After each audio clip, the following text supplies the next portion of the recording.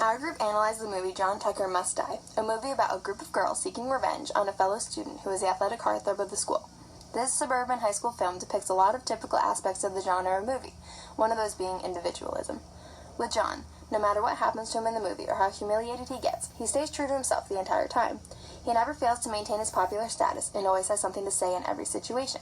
From the beginning of the movie to the very end, we can see that his ways will never change, no matter what the world is throwing at him.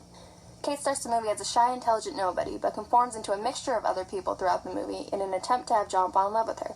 At the end of the movie, her true self comes back when she can't go through with showing the film at John's party, and instead explains everything herself in front of the entire crowd. Her guilt took over, and she finally had to go back to her morals and come clean.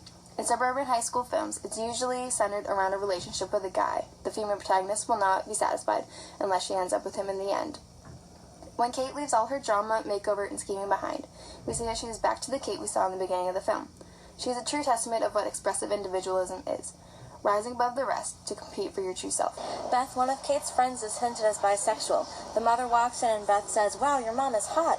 Kate is used to people saying her mom is attractive. However, all the girls seem to be popular, and it's against the norm to show any hint of being gay.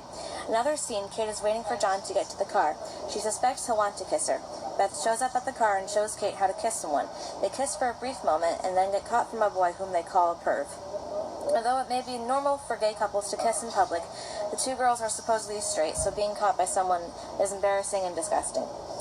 When Heather, Beth, and Carrie try to be John to help their friend Kate, although they're pretending to be the guy in the situation, their behaviors are again a comedic version of the gay relationship. The fact that Beth is hinted as bisexual makes it funny. The social norm is to be straight. Being gay is social suicide in high school suburban films. In a locker room, John's friends ask if he is hooked up with Kate. If not, he'll be whipped, considered gay if he hasn't slept with the girl. At first he says no, there's more to their relationship, but in fear of embarrassment and need for acceptance, he says he'll be scoring more than hoops that night. Heather slips estrogen powder in his testosterone jar for his water. He takes it and behaves like a girl on the basketball court. His nipples hurt, he's extra sensitive, extra emotional, falls to the ground easily. Over-exaggeration of girls' emotional personalities shows that girls will act like sissies if they play basketball or any physically challenging sport. Is this how girls truly act on a basketball court? This further supports the negative stereotype of behaving like a girl. Like the commercial we watched in class, it's not supposed to be a bad thing, yet society makes it negative.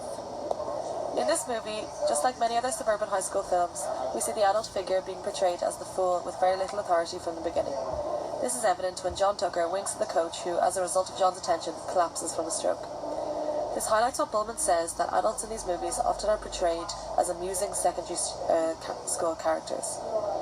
This is seen again in the fight that the three girls have over John on the volleyball court. The coach cannot control or put an end to the girls fighting, and in fact gets herself stuck in the middle of it, being a prime target for the volleyballs being thrown.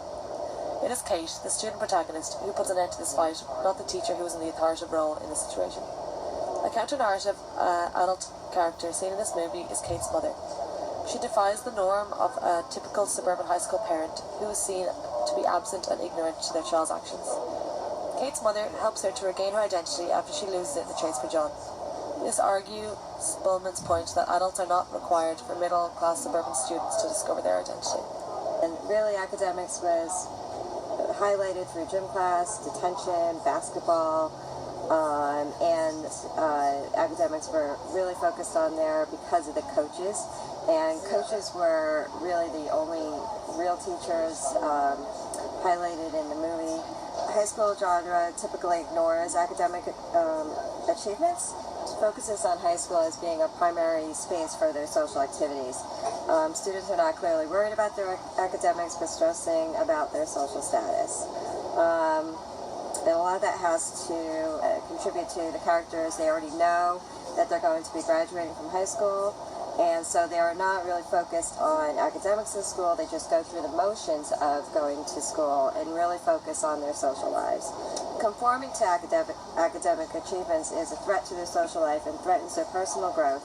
This is very much an example of their self-expressionism and achievements of one's own identity, and they don't prefer to focus on their academics. When it comes to class, the movie is like a general suburban high school. The lower class is not in the picture. Instead, it's all middle class. Within the middle class, it ranges from upper to lower middle class.